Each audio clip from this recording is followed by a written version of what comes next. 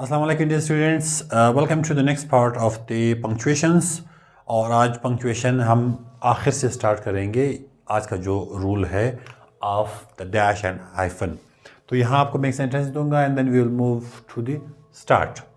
एक सेंटेंस है JF Kennedy, he was the president of America. JF Kennedy was a president from 1961 to 1963। ये sentence अगर आपने exam में लिखा तो एग्ज़ामिनर साहब इसको गलत करार देंगे। और क्यों, वो हम वहाँ से शुरू करके पढ़ते हैं कि इसमें क्या इशू आपके साथ आएगा। तो let's get started. The dash and hyphen, ये दोनों चीज़ें बेसिकली हैं क्या? बोथ और लाइक दिस, एक आपका यूँ होगा, अगला आपको यूँ होगा।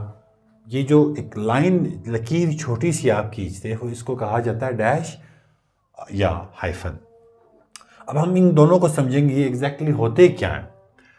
तो फर्स्ट यूज है जिसका है स्पेशल वर्ड्स। स्पेशल वर्ड्स कौन से आपके? कंपाउंड वर्ड जिसको कहा जाता है। तो कंपाउंड वर्ड समझने के लिए आपको compound word, the word compound समझना पड़ेगा। एंड दैट इज जब आप मुख्तलिफ वो नाउन्स को एक साथ कर लेते हैं, then you get a compound noun. ये नाउन का एक टाइप है और नाउन तो आपको पता है, एनी नेमिंग वर्ड। जब आप एक से ज़्यादा नाउन्स एक साथ लाते हैं, उनको मिलाने के लिए you go for dashes sometime, जिसको कहा जाता है हाइफनेटेड कंपाउंड नाउन्स। तो उनको जब आपने डिफरेंट वर्ड्स को एक साथ मिलाए, जिस तरह से आपका मदर है, एक नाउन है, इन एज योर प्रेपोजिशन, लॉ जो है फिर नाउन है, इनको आपने मिलाया थ्रू दिस स्मॉल लाइन, तो इसको हम कह देंगे कि यार ये जो क्या है हमारे पास, ये हमारे पास डैश है। तो जब आपने कभी भी कंपाउंड नाउन बनाने हो, उसके बीच जो ये वर्ड यूज़ होते हैं, वो आपके कंपाउंड आपके डैशेज आ जाते हैं। Coca Cola, no fly zone, ये क्या है? सारे ये आपके डैशेज हैं। यहाँ पे आपने ब्लू राइटिंग कंसिडर करनी है, रेड नहीं। तो एक तो आपको कंपाउंड नाउन बनाने के लिए यूज़ हो रहा है। Second, use of two. ये जो टू वर्ड है, टू को हम रिप्लेस करते हैं इस डैश से। Like Quetta to Islamabad, 5 to 6 AM, Monday to Friday, 2010 to 2020। ये टू को रिप्लेस करने के लिए हम ये डैश लगाते हैं। आगे इसकी एक चीज़ आएगी जो आपको थोड़ा सा सोचने पे मजबूर करेगी। उसके बाद है एक्सप्लेन फर्दर। जब हम किसी भी चीज़ को मज़ीद एक्सप्लेन करते हैं, आई रिमेंबर मैं भी ऐसे ही कर रहा था, आप में से भी शायद कुछ कर रहे होंगे। जब आप एक्सप्लेनेशन देते हैं, you go for explanation, then you put these two dots, जिसको कॉलन कहा जाता है, और फिर आप सामने से ये लाइन दे देते हैं। ये आपने नहीं देना, दिस इज़ इनकरेक्ट। अगर आपने एक्सप्लेनेशन देनी हो, आप दो तरीक़ों से दे सकते हैं, या तो ये डैश सामने दे दो या कॉलन दे दो। इन दोनों को डिवाइड करके आपने ये दोनों एक साथ नहीं रखना। एंड देन दे से कि स्टाइल है, तो स्टाइल नहीं मारना, right. Then dash is suppose to be in the centre of two lines.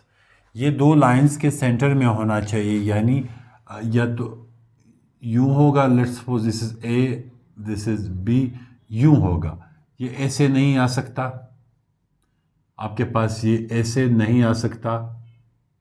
It shall be in the centre.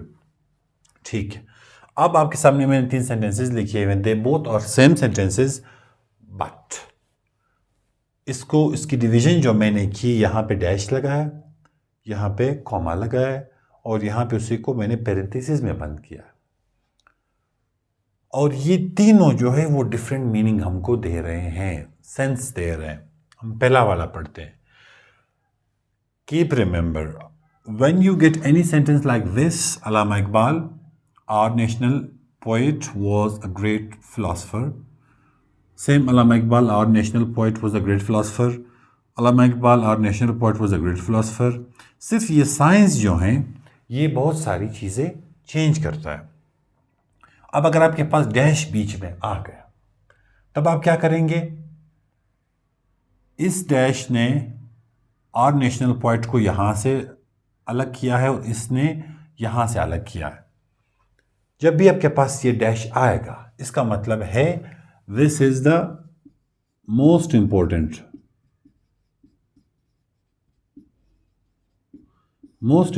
Part जो है वो इन डैशेस के थ्रू आता है, यानी ये वाला हिस्सा जो आपका है our national poetry most important है। अगले सेंटेंस में आपने क्या किया है, इनको डिवाइड किया है through comma, our national poet. जब आप थ्रू कॉमा डिवीजन करते हो फिर आप क्या कन्वे कराना चाह रहे हो, आप उनको ये कन्वे करें कि this is equally important. Same stress है अल्लामा इकबाल पे, आर नेशनल पोएट पे, was a great philosopher. Same stress है, all of these three are equally important. और यहाँ पे सिर्फ आर नेशनल पोएट ये ज़्यादा इंपॉर्टेंट है, बाकी का स्ट्रेस थोड़ा कम है। थर्ड में हम देखते हैं Allama Iqbal our national poet was a great philosopher. इसमें जब आप पेरेंथेसिस लगाते हो, this part it shows not important at all, कि ये वाला जो ज़्यादा इंपॉर्टेंट नहीं। अगर आप इसको रिमूव कर दे भी it won't affect the sentence, right. तो इन तीनों का मैं आपको रिकैप दूं। अगर आपके पास सेंटेंसेस डिवाइडेड थे डैश के थ्रू तो आप उसको, इस पार्ट को मोस्ट इंपॉर्टेंट पार्ट कहेंगे। अगर कॉमा के थ्रू थे तो इक्वली इंपॉर्टेंट, इक्वली स्ट्रेस्ड है। और अगर पैरेंथेसिस ब्रैकेट के अंदर था तो इसका मतलब है this is the least important, not really important. ये हुआ। अब आते हैं हम डैश पे। ये जो डैश और हाइफन में आप कंफ्यूज थे, ये बेसिकली हैं क्या? इनके दो टाइप्स लिंग्विस्ट ने बनाए हैं। एक का नाम है एन डैश, दूसरे का नाम है एम डैश। अब आपको पता चलेगा कि ये यहाँ जो हम यूज़ कर रहे थे, हमारे डैशेस थे कि हमारे हाइफन्स थे, वो अब आपको क्लियर होगा। तो दरअसल ये एन डैश और एम डैश जो नाम दिए गए हैं, इनके पीछे कोई भी लॉजिक नहीं है।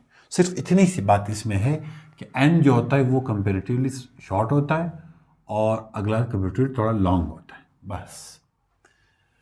तो टू प्लस कंपाउंड वर्ड, ये जो आपका एन डैश यानी ये वाला, ये दो चीज़ों में यूज़ होता है। एक क्या है, टू प्लस कंपाउंड वर्ड, यानी ये इस पार्ट में ये आपका कंपाउंड वर्ड है और ये आपका टू है। इन दोनों को, यानी जब आप कंपाउंड वर्ड बना रहे हो, आप बीच में छोटे छोटे डैशेस लगाओगे, छोटे वाले डैशेस। और अगर आप कोयटा टू इस्लामाबाद ये टाइम बता रहे हो, डेज बता रहे हो, ये बता रहे हो, इनके बीच आप डैशेस लगाओगे, हाइफन नहीं। हाइफन थोड़ा सा लंबा होता है।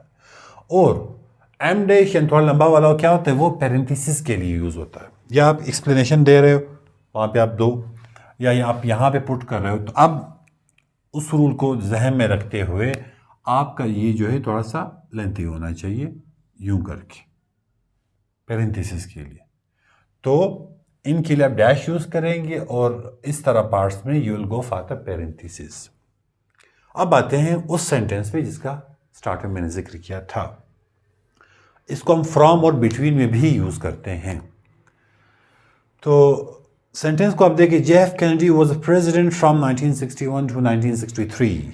मैंने इतने प्यार से कह दिया from 1961 to 1963, but the linguists से कि दिस इज इनकरेक्ट ग्रामेटिकली।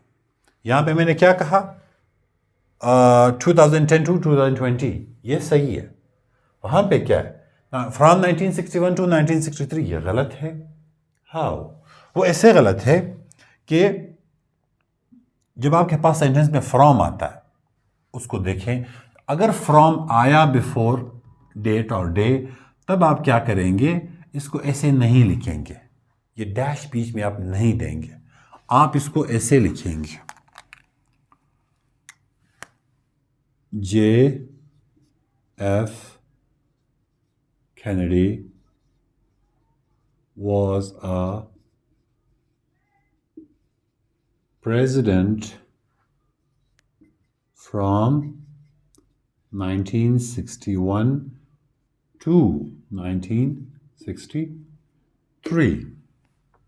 जब भी आपका फ्रॉम या बिटवीन आता है तो आपने फिर ये वाला टू यूज़ करना है, डैश वाला टू यूज़ नहीं करना। यहाँ पे इसको मैं टू क्यों बोल रहा हूँ, क्योंकि इससे पहले फ्रॉम नहीं है, राइट। तो आप इसको डैश लगा सकते हैं, लेकिन उसमें आप ऐसा नहीं कर सकते, आपने प्रॉपर TO2 लगाना है। So this was all about dash and hyphen. आपको डिफरेंस समझ आ गया कि डैश जो है वो कंपाउंड वर्ड्स में आ रहा है, हाइफन जो है वो पैरेंथेसिस में आ रहा है या एक्सप्लेनेशन में आ रहा है।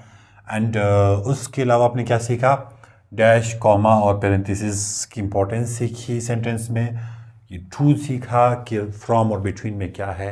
And this is all about the dash and hyphen. See you in the next video इंशाल्लाह।